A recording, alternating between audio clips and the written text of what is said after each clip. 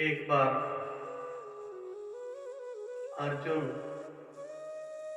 और बजरंगबली जी में एक शर्त लगी। वहां पर अगर कृष्ण भगवान ना उपस्थित होते तो यह युद्ध होता ही नहीं। बड़ी दिलचस्प घटना है। एक बार जब कृष्ण भगवान पूजा करने जा रहे थे तो पूजा के लिए पुष्प लाने के लिए अर्जुन को भेजा गया। अर्जुन पुष्प लाने के लिए जंगल में गए तो पुष्प तोड़ने लगे और वहां पर उसकी रखवाली बजरंगबली जी कर रहे थे।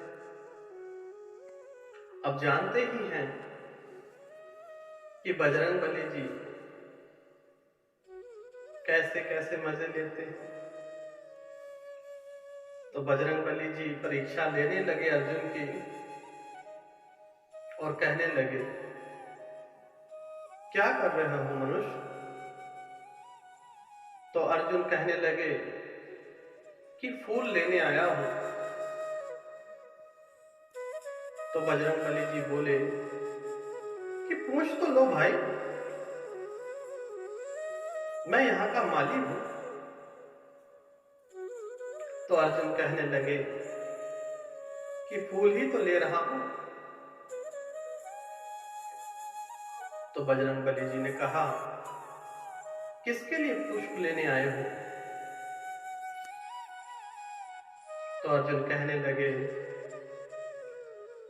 कि वानर राज, मैं यह पुष्प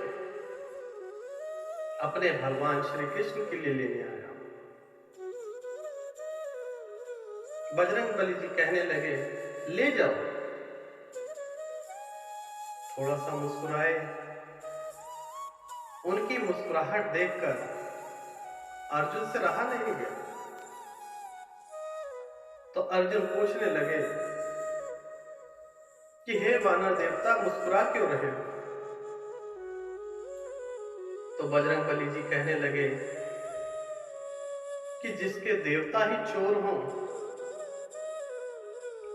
तो भक्त किससे क्या अभिलाषा कर सकते हैं। यह बात अर्जुन को बहुत बुरी लगी और अर्जुन ने बजरंगबली जी को खूब खरी खोटी सुनाई और वह कहने लगे, तुम्हारे भगवान भी तो पत्थरों से, बंदरों से पुल बनवाया, क्या आवश्यकता थी इसकी? चाहते तो बाणों से नहीं बना सकते थे। तो बजरंगबली जी कहने लगे कि उनका एक भी बानर अगर उन बाणों के पुल से गुजर सके तो बना देते, परंतु ऐसा नहीं हो सकता। अब अर्जुन तो थे नहीं उस वक्त। दोनों में कहासुनी शुरू हो गई। तो अर्जुन ने कहा कि मैं तो बना सकता हूं ना, मेरे देव श्री कृष्ण भगवान हैं। तो बजरंगबली जी कहने लगे, जो जीतेगा उसका तुम मान सम्मान करो। अर्जुन कहने लगे कि मैं एक क्षत्रिय हूं, अगर मैं हार गया तो जलकर अपने शरीर को त्याग कर दो। अब यही हुआ। अर्जुन ने बाणों से एक पुल तैयार कर दिया और बजरंगबली जी कितने नटखट हैं आप जानते ही। अब बजरंगबली जी ने अपना विकराल रूप आकाश तक पहुंच गए। उन्होंने हल्का सा पैर रखा और अर्जुन का पुल ध्वस्त हो गया। ऊपर से बजरंगबली जी कहने लगे, कहां है तुम्हारा पुल?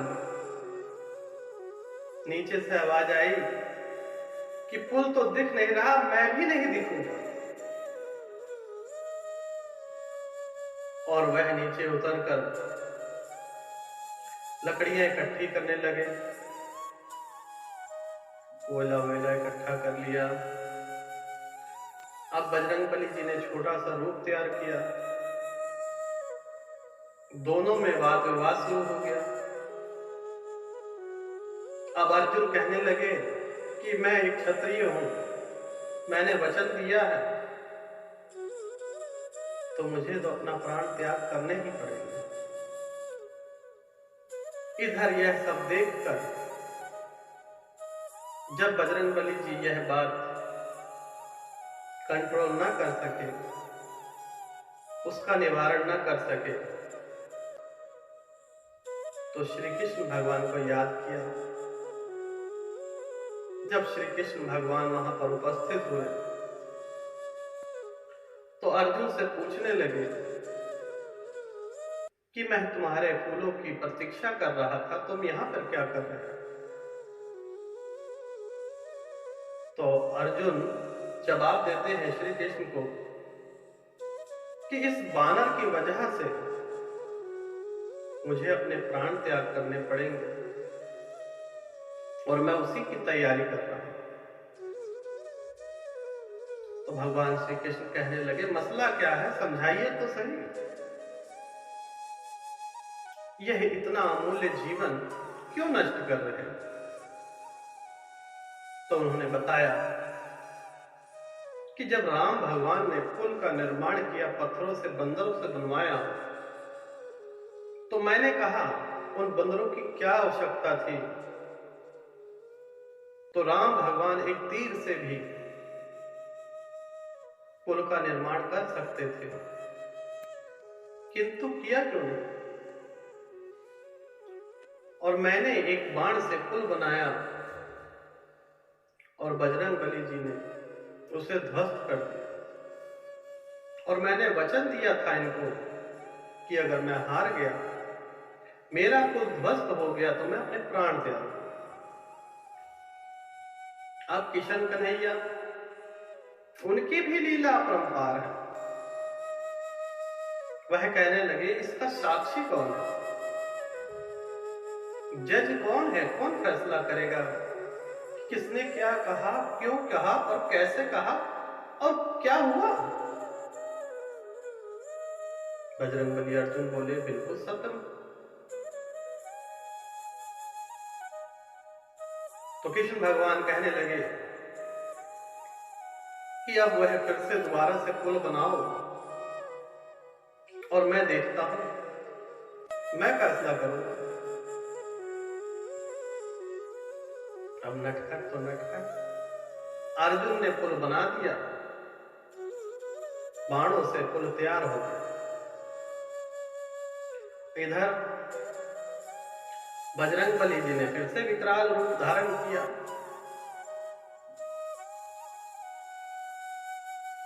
कृष्ण भगवान ने ऊपर देखा और मुस्कुराए कि हो गया बंटारा।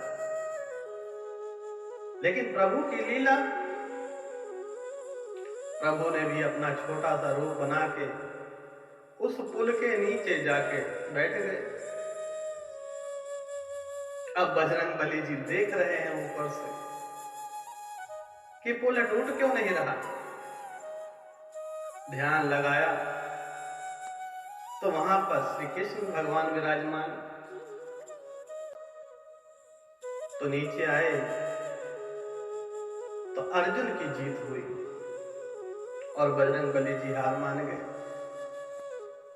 एक भक्त के प्रेम में, क्योंकि श्री कृष्ण भगवान और राम भगवान दोनों एक ही थे और मन में इच्छा थी बजरंगबली जी की कि प्रभु से मिलना है, यही लीला रची। तो मैं हार गया हूं, यह बजरंगबली जी कहते हैं, और इसका मैं उद्धार करूंगा। तो भगवान श्री कृष्ण कहते हैं उसका अवसर आएगा, प्रतीक्षा करना। अब वह पहुंच गए, कई वर्ष बीत गए। अब महाभारत का युद्ध आरंभ होने वाला था। तब श्री कृष्ण भगवान अर्जुन से कहते हैं कि चलो बजरंगबली के पास, उनसे आशीर्वाद लेकर आते। तो अर्जुन कहने लगे कि हे मधुसूदन, उस बानर के पास जाने के लिए क्या आवश्यकता है? मैं इतना बड़ा धनुधर हूं और आप मेरे साथ हैं, तो उस बानर की क्या आवश्यकता? तो कृष्ण भगवान कहने लगे चलो तो सही, मैं बताता हूं। जंगल में गए, बजरंगबली जी विराजमान थे। बजरंगबली जी श्री कृष्ण भगवान को पहचान लिए और कहने लगे प्रभु हुक्म कीजिए, आज्ञा कीजिए, क्या आदेश है मेरे लिए? तब कृष्ण भगवान कहते हैं कि उस दिन जो शर्त हार गए थे, आज उसका समय मिला है, वह कर्ज उतारना है। तो वह कहने लगे कि कार्य क्या है? तो उन्होंने कहा कुछ नहीं करना, बस तुम्हें जो है युद्ध में हमारे साथ ही रहना है। तो बजरंगबली जी कहने लगे कि प्रभु जी, मैं सादा सादा तो नहीं रह सकता। तो उन्होंने कृष्ण भगवान ने फिर पूछा ऐसा क्यों? जब राम पर संकट आया तभी भी तो तुमने युद्ध जितवाया था, तो आज क्या प्रश्न? बजरंगबली जी कहने लगे कि प्रभु, राम भगवान तो मुझे जब तक युद्ध हुआ ज्ञान ही देते रहे। तो कृष्ण भगवान कहने लगे तुम साथ तो चलो, हम वही करेंगे जो राम भगवान किया करते थे। युद्ध में गए, ध्वजा के रूप में बजरंगबली जी विराजमान हो गए। अब कर्ण के बाण अर्जुन की तरफ आते